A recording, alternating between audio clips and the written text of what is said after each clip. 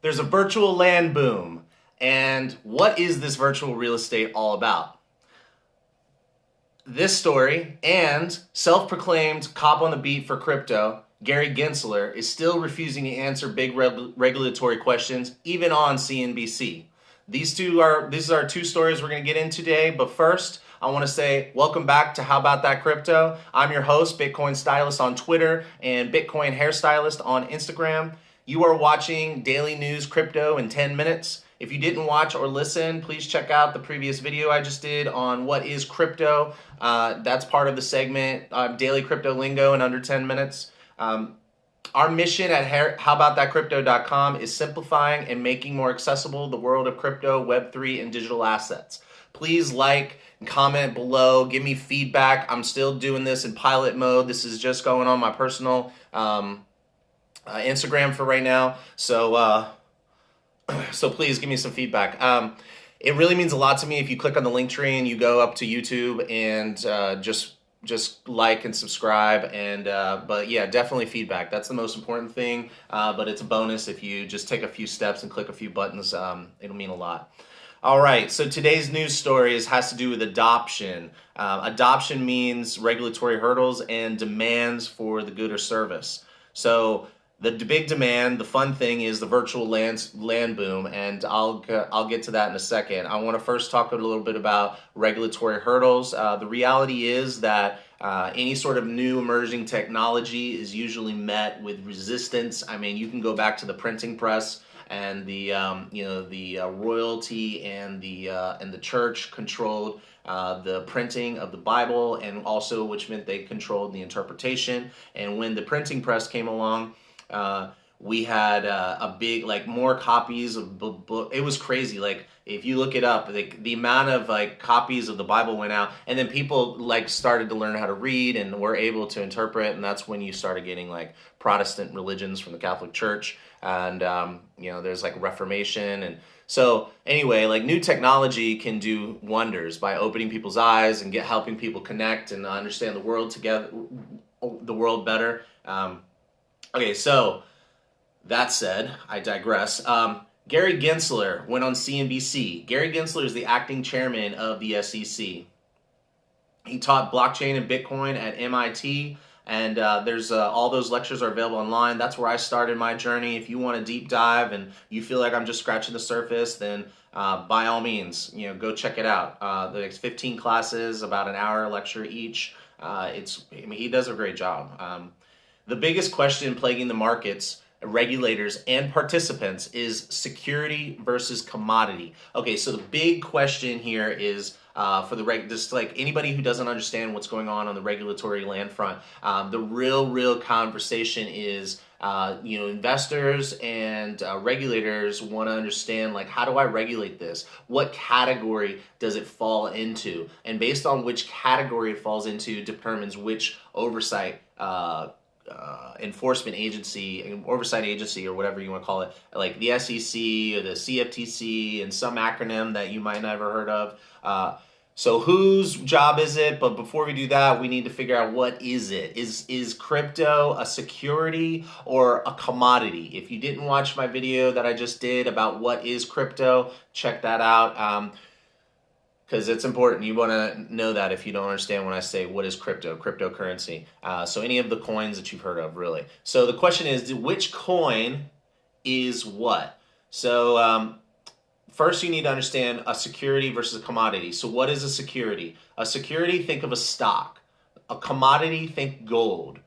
Gold has uses, but no one controls it, but the value can fluctuate. But it's not like, if you buy stock in a company, that company is going to do well, and then you're going to make money. Like, you can't expect that out of gold. You're buying it out of speculation because you see value, and but really that's it.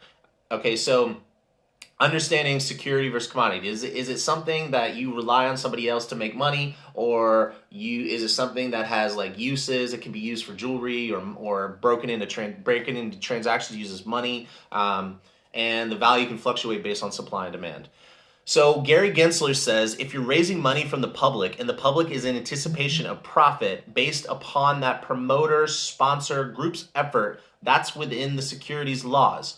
So I mean, 100%. Like if you buy a coin and you buy it because it's a coin of, say, like a game, and you think that game's going to do well, you're effectively you're expecting it to go up. Bitcoin is still not a security according to SEC. According to these rules, since no one has any control over Bitcoin, it is considered a commodity. So that is still considered a safe place from regulatory hurdles, which is why all the billionaires and the hedge funds and the VCs and now other wealthy people are starting to buy up Bitcoin, and even companies are able to buy it because it does not fall underneath of this like scary, argument of security versus commodity. Ethereum was deemed not a security by former SEC Director William Henman. This is like the big crux of the argument that's going on. There's a lawsuit right now that's a big lawsuit. I'll do some stories about that later. In June of 2018, according to Decrypt.com, William Henman, the former director of SEC's Division of Corporate Finance, said he believes Ethereum, since its sale has become sufficiently decentralized, is now therefore not a security. So he's saying that because it's so big and the Ethereum has so much utility that it's really not a stock. Like, when the last time you can use your stock to buy a character in a game and go and play a game? Like, you can't do it. So therefore, by that definition, it is not a stock.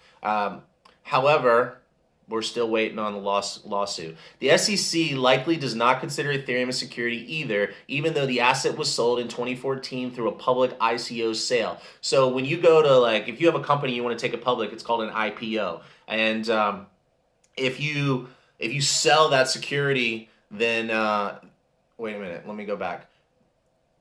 Okay, so when you sell your stocks, you have to go through this big regulatory process, and none of these coins have gone through it. So that really irks the SEC, because they did raise money, and the people who bought it were having an expectation to make money. Therefore, it falls within their purview. Don't shoot me for this if you or hate me for this if you don't like what I'm saying. I'm just like spitting it truth. I mean, the crypto world does not like this perspective. All right, biggest concerns seem to be disclosures and registration for proper oversight. In October of this year, the fees are going to change, and to give you an idea, it's $92 per million. So if you raise 100 million, that's 92 times 100, which is what? $9,000. That's not a big deal. If you sell a billion, then you're like $90,000. So it's still not that big a deal considering. So I don't know why you don't just register if you're gonna do an ICO. I guess because the laws don't say you have to. I don't know, but I'll stay on top of this. And the biggest concern, the biggest quote from Gary Gensler is that lies and fraud is the biggest concern, and if the public is expecting a profit for an investment, they need to receive disclosures. You know, if you go in to buy a stock, if you don't know, when you go in to buy a stock, there's all these disclosures. There's all this information. If you want to know, if the company's legit, or you want to check out their financials, you can do that, and that's required. And so that currently is not this case for crypto. The better projects, they give you that information anyway, and I would not invest in anything that that doesn't give you that information. And by the way, this is not financial advice.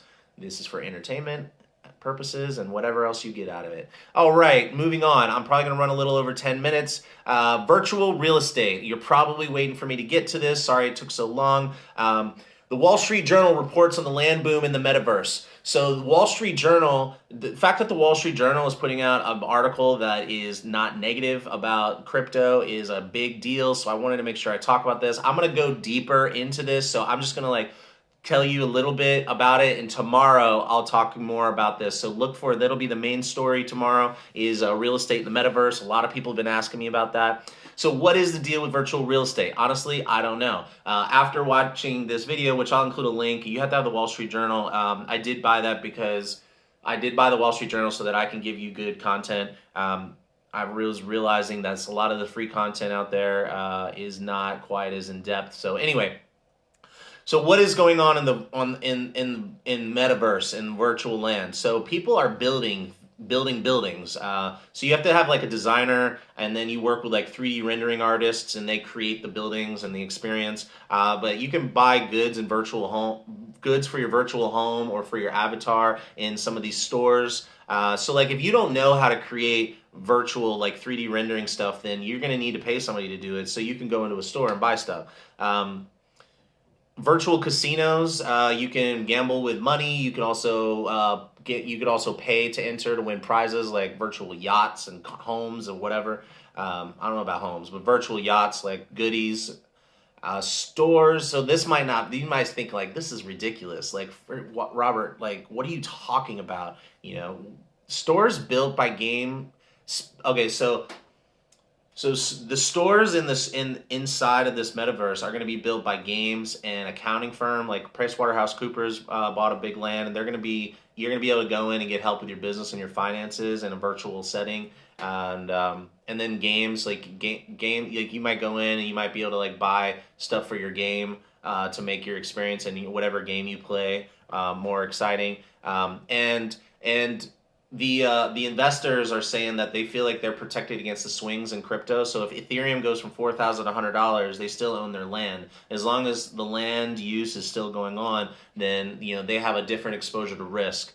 And the big thing, and before I sign off, because I've been just over 10 minutes now. There's a mall being built and skyscraper being built. And check this out. This is the big thing I'm going to talk about tomorrow. Tokens.com, which is publicly traded, is currently developing an 18-story skyscraper in Decentraland, and that it hopes to lease to lawyers or cryptocurrency exchanges, which can be used for building for events and advertising. So now all of a sudden, are you getting it? Like there are actual real uses that make sense. They're building a Rodeo Drive where they're going to have like stores and stuff. Now, if you still don't get it, I'm going to sign off with this. Think about how much screen time your children and other people's children have. What are they doing on their screen? They are playing video games. They are communicating with their friends in those video games. They are walking around in virtual worlds, exploring with their video games. And the more things they can explore, the more things they will. Hey, let's check this out. Did you see that? On social media, they're communicating with their friends. They're reading the news. They're watching musical performance. The list goes on. And if you're like, well, I don't get it. It's like, do you understand how email works? Probably not. You probably just grew up with email, or you just kind of accepted email as you became a professional. If I send you an email, you know it's going to get there. You don't know the route it takes and how it's secured and how it's packaged, So your kids are going to accept blockchain and crypto because it's going to be part of their lives. They're going to accept the metaverse as part of their lives. So when you think about questioning the value of real estate in the metaverse, think about that. All right, that's it. Thanks you for tuning in tomorrow. I'm going to dive deeper into real estate. I'm going to do a bunch of research today and some tomorrow, and I'll get back to you. All right, until then, hodl on, like, comment, subscribe. It really helps me. I need your feedback. Peace.